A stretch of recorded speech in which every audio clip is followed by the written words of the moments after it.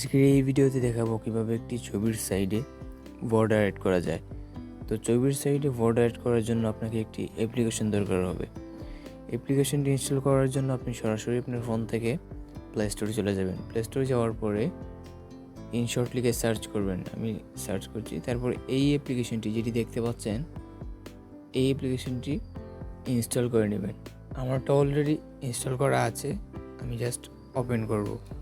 আমি স্ক্রিন থেকে ওপেন করছি, আমরা একটু ওয়েট করি। ওপেন হয়ে গেছে। এখন আমি ফটো যে অপশনটা আছে ওইটাতে একটা ক্লিক করব। ক্লিক করার পরে আমাদের যেই ফটোর সাইডে বর্ডার অ্যাড করতে চাই সেই ফটোটাকে আমরা সিলেক্ট করে নেব। আমি একটা ফটো সিলেক্ট করে নিচ্ছি। জাস্ট আমি একটা ফটো সিলেক্ট করে নিলাম। আমি ফটোটাকে একটু কপি করব জাস্ট সৌন্দর্যের জন্য। এখন এই ফটোটার সাইডে আমরা কিভাবে বর্ডার অ্যাড করতে পারি খুব সহজেই। তো বর্ডার অ্যাড করার জন্য এখানে একটা ক্যানভাস নামের অপশন আছে। আমরা এই ক্যানভাসে একটা ক্লিক করব। ক্লিক করার পরে এখানে একটা লম্বা শেপ আছে। আমরা এই লম্বা শেপটা যদি ডান দিকে টানি তাহলে কিন্তু ছবিটা জুম হয়ে যায়, আর যদি আমরা বাম দিকে টানি তাহলেই বর্ডার হয়ে যায়। তো আমরা বাম দিকে যত টানবো তত মোটা বর্ডার হবে।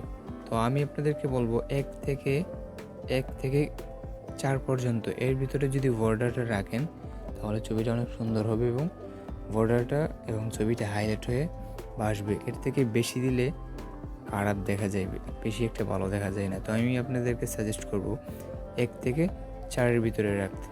1 থেকে 4-এর ভিতরে রাখলে বর্ডারটা অনেক সুন্দর হয়। তারপরে বর্ডার কালার কীভাবে দিবেন? বর্ডারে কালার দেওয়ার জন্য আপনি এখানে ব্যাকগ্রাউন্ডে চলে আসবেন। এখানে একটা ব্যাকগ্রাউন্ড অপশন আছে। ব্যাকগ্রাউন্ডে আসার পরে আপনি এখান থেকে আপনার ইচ্ছে মতো কালার চুজ করতে পারেন। যে কোনো ধরনের অনেক কালার আছে, আপনি চাইলে আপনার যেটা ইচ্ছা সেটাই ইউজ করতে পারেন। তো আশা করি বুঝতে পারছেন।